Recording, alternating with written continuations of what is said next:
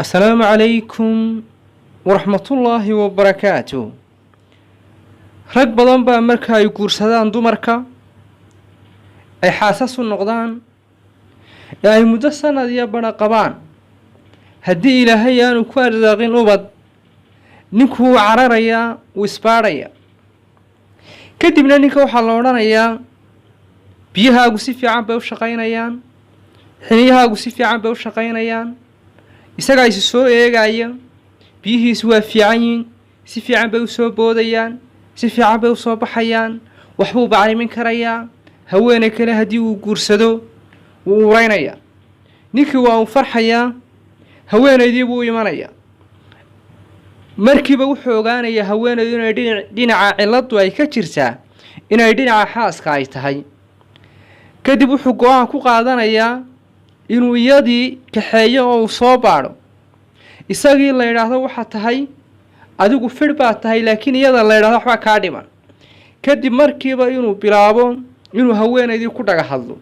waa kula guursanayaa arrintu dhinacaagii bay noqotay waa kuu samrayaa maxaynu samaynaa isagoo doonaya markaa qiil ku baxayo wadda uu ku baxay inuu raadsado laakiin waxaa jira rag marka uu furo haweeneydaa nin guursanaya kadibna haddii ay markaa muddo dhali weydo haweeneydii nafaqaysanaya muxuu ku nafaqaysanayaa markaa tan buu ku nafaqaysanayaa salmon waa kalluunka ilaahay baa dhalmada bixiya laakiin ugu fiican ee dumarku haddii ay dhali waayaan la siiyo kalluunkan salmon 3 buu qani ku yahay oo haweenka waa ugu fiican yahay iyo sidoo kale raggaba haddaba 3daasi maxay kala yihiin a lot of omega 3 fat acid iyo selenium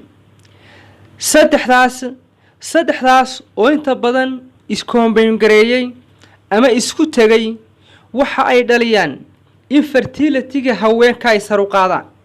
in bacrimoogaashaha dumarka ay sar u qaadaan sidoo kale raggana sare ayay u qaadaan waxaa la arkaa haweeney muddo dheer dhali weyday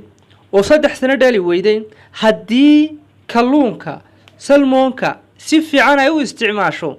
inay dib u heli karto dhalmadeedii iyo tarankeedii isla markaana ay ahaan karto haweeney bacrimisho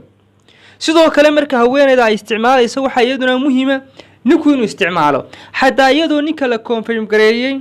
ama la siiyay guarantee ah inay wax kastaaba ninka ay u dhameystireen hadday hormoonadiisa noqoto hadday biyihiisa noqoto hadday xiniyihiisa noqoto hadday awoodiisa kale ay noqoto intaba laakiin haweeneydu haddii ay markaa dhalmadeedu ay dib u dhacdo ama muddo ay dhali weydo wax kasta oo lagu soo sheegaba waa in la helaa kalluunka leeyahay salmon si markaas macdanahaas aynu u helno iyo faytamiinaadka. Wassalaamu calaykum waraxmatullaahi wabarakaatuh.